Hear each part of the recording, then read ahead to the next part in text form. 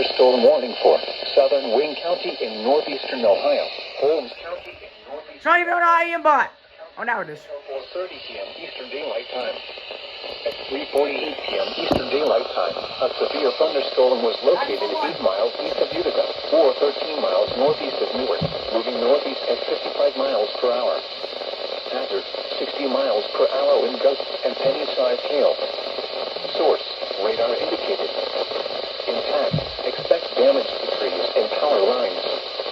Locations impacted include Mount Vernon, Millersburg, Berlin, Walnut Creek, Loudonville, Gambier, Cigar Creek, Trees, Danville, Kilbuck, Holmesville, Glenmont, Mount Eaton, Nashville, Winesburg, Farmerstown, Apple Creek, Baltic, Fredericksburg, and Martinsburg.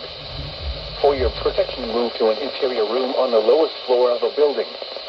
Repeating, a severe thunderstorm warning has been issued until 4:30 p.m. Eastern Daylight Time for the following counties in Ohio: Holmes, Knox, and Wayne.